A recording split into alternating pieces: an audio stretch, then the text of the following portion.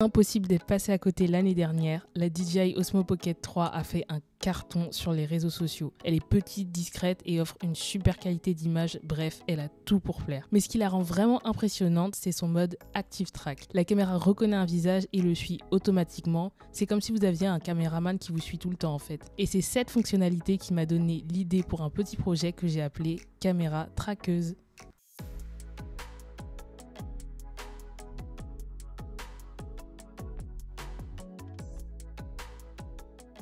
Hello tout le monde, j'espère que vous allez bien. On se retrouve aujourd'hui dans une nouvelle vidéo où je vais vous présenter le projet sur lequel j'ai travaillé ces derniers temps. En fait, j'ai eu cette idée parce que la DJI Osmo Pocket 3 est sur mon vision board qui est juste là. Et en pensant à la fonctionnalité de tracking, je me suis dit c'est quelque chose que je peux reproduire. Et en plus, je cherchais un petit projet qui mêle électronique embarquée avec un peu d'informatique, donc ça tombait trop bien. J'ai fait deux versions pour ce projet, une version simple qui utilise que des choses qui sont déjà toutes faites et une version qui est juste légèrement un peu plus compliquée, donc je vais vous présenter les deux. Si ça vous plaît, n'hésitez pas à vous abonner, laisser un like, un commentaire et c'est parti. Alors, pour la première partie de ce projet, l'objectif c'était de détecter un visage puisque pour que la caméra elle me suive, il faut qu'elle sache où est mon visage. Et pour ça, j'ai utilisé un algorithme de machine learning. Dans mon cas, l'algorithme de machine learning, c'est juste un programme qui a été entraîné sur un grand nombre de photos et de vidéos pour qu'il puisse reconnaître des visages. C'est comme si vous preniez un enfant et que vous lui donnez des photos avec par exemple un chien dessus et qu'à chaque fois vous entourez le chien sur l'image et vous lui en montrez des centaines voire des milliers, enfin plutôt des centaines dans ce cas-là, et ensuite vous lui donnez des images qu'il a jamais vues avec un chien sur l'image et vous lui demandez de l'entourer. Normalement, à force d'avoir vu un grand nombre d'images avec un chien entouré, il a commencé à reconnaître c'est quoi un chien dans une image, et du coup même pour une image qu'il a jamais vue, il va pouvoir le faire. C'est exactement ce que fait l'algorithme. Il a été entraîné avec des photos et des vidéos avec des visages humains, et du coup quand on lui montre de nouvelles photos ou de nouvelles vidéos, il est capable de dire cette zone là ça correspond à un visage humain. Pour la première partie de ce travail, comme je voulais quelque chose de très simple, j'ai utilisé un algorithme qui est déjà présent dans la librairie OpenCV, qui est une librairie de computer vision, et cet algorithme s'appelle R-Cascade Frontal Face.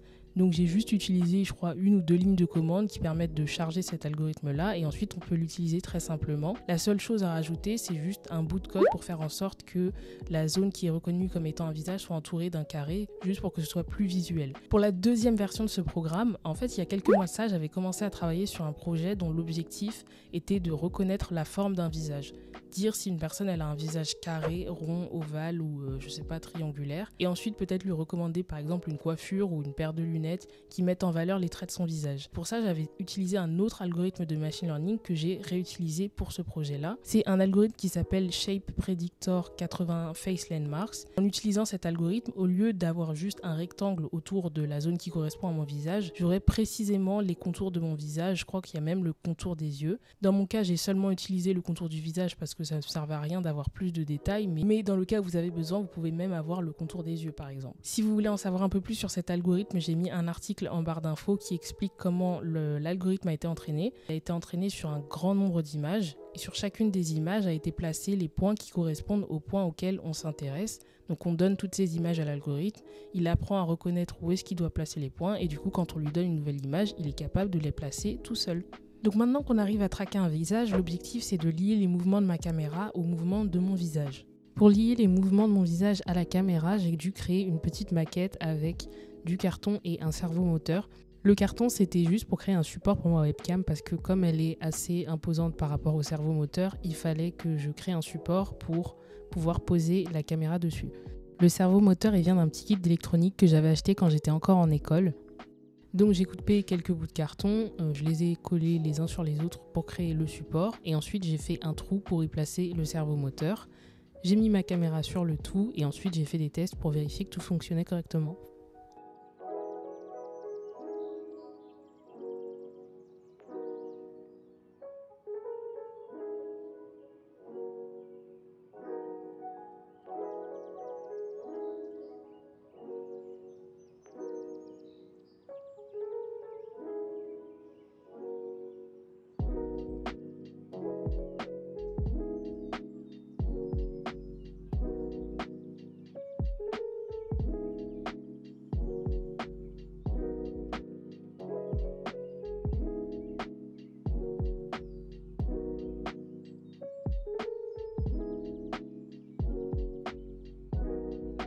Pour la première version du projet, donc qui utilise le premier algorithme dont je vous ai parlé avec le rectangle, il faut que je choisisse un point à suivre. J'ai choisi le point qui se situe au milieu du rectangle, donc au croisement des deux diagonales, parce que ça correspond à peu près à la position de mon nez. Donc en fait, j'ai un script Python qui va utiliser mon premier algorithme de machine learning, récupérer les coordonnées du point qui se situe au milieu du carré et les envoyer à ma carte Arduino via UART. Dans mon cas, la taille de la frame, c'était 640 pixels par 420 pixels. Donc en fait, ce que j'envoie à ma carte Arduino, c'est une valeur entre 0 et 640 parce qu'on travaille uniquement sur l'axe des X. Et j'associe cette valeur à un angle entre 0 et 180 degrés grâce à une fonction qui s'appelle map.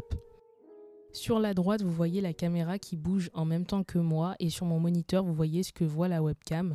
On voit qu'à certains moments, le carré vert disparaît ou saute un peu parce que l'algorithme a du mal à détecter mon visage. Donc si vous faites l'expérience, soyez sûr de le faire dans de très bonnes conditions de luminosité. Moi, j'avais ma ring light derrière qui était à fond pour avoir la meilleure luminosité possible.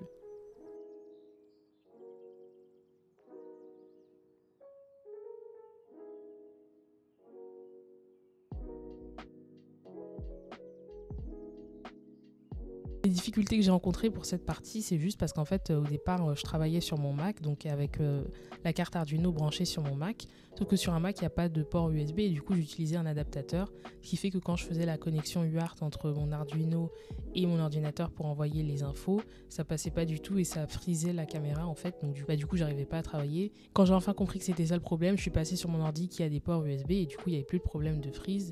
Donc beaucoup mieux. Donc utiliser un appareil qui a des ports USB. Si vous vous demandez est-ce que c'est comme ça que la DJI fonctionne, je pense que pas du tout parce que vu le prix ça doit être beaucoup plus complexe que ça, mais ça vous donne une petite idée. J'ai travaillé uniquement avec l'axe des X, donc de gauche à droite parce que j'avais juste un seul servomoteur, mais sinon j'aurais également pris l'axe des Y et du coup j'aurais pu faire un suivi de gauche à droite et également de haut en bas, mais c'était pas le cas pour ce projet. Pour la deuxième version du projet, j'ai cette fois-ci utilisé le deuxième algorithme dont je vous ai parlé. Voici, l'algorithme prévoyait déjà un point qui correspondait à mon nez, donc j'ai directement utilisé ces coordonnées et au lieu de juste l'associer à un angle, j'ai utilisé un contrôleur un peu plus complexe. Pour vous faire une représentation imagée, c'est l'appareil dans lequel vous envoyez une consigne et qui fait en sorte que votre système arrive à la consigne que vous avez donnée en entrée. Donc c'est ce qui lie votre entrée à votre sortie. J'ai utilisé un contrôleur qu'on appelle proportionnel intégral dérivé, donc avec une composante proportionnelle, une composante intégrale et une composante dérivée. Pourquoi ? Imaginez que vous voulez que la caméra vous suive. Il faut que la caméra elle vous suive pas trop lentement, pas trop rapidement, et il faut qu'elle évite les oscillations, donc c'est-à-dire qu'arriver au point d'arrivée, donc quand moi je m'arrête, il faut que la caméra s'arrête sans aller de gauche à droite parce qu'elle peine à trouver le point où elle doit s'arrêter. Si j'utilise uniquement un contrôleur proportionnel, quand je vais m'approcher de l'arrivée, la caméra va ralentir. En fait, ce qui risque de se passer, c'est qu'il reste une petite marge. Donc si par exemple elle devait s'arrêter à 80 degrés, peut-être qu'elle va s'arrêter à 78 degrés. C'est pas grave pour mon cas, mais ça peut être plus grave dans d'autres situations. Par exemple, si vous allez à la pompe à essence et que vous demandez à faire un plein, ce serait quand même embêtant que la pompe s'arrête un peu avant le plein, pas parce qu'elle essaye de vous arnaquer, mais juste parce qu'elle n'a pas réussi à aller jusqu'au plein. Pour corriger cette petite erreur, on va utiliser la partie intégrale du correcteur, qui va faire en sorte de gommer cette erreur statique et d'arriver au point d'arrivée. La troisième partie du correcteur, la partie dérivée, permet d'anticiper un éventuel dépassement et de l'empêcher. Encore une fois, dans ce cas-là, c'est pas grave parce que si ma caméra elle va à 82 degrés au lieu de 80, c'est pas grave. Mais si vous avez un appareil médical qui est censé injecter une dose précise d'un produit dans le corps d'un patient, ça peut être très embêtant si la dose est dépassée. Donc en travaillant avec ces trois composantes, on essaye de réguler au mieux les mouvements de la caméra pour avoir une caméra qui atteint la consigne sans erreur statique et sans dépassement. Deuxième démonstration, là vous voyez pas très bien les points sur mon visage, mais je vous rappelle que j'utilise le deuxième algorithme et je dirais que celui-là performe mieux que le premier parce que j'ai eu moins de problèmes de détection, enfin de perte de détection de visage du coup, et du coup la caméra me suivait mieux et c'était un peu plus fluide.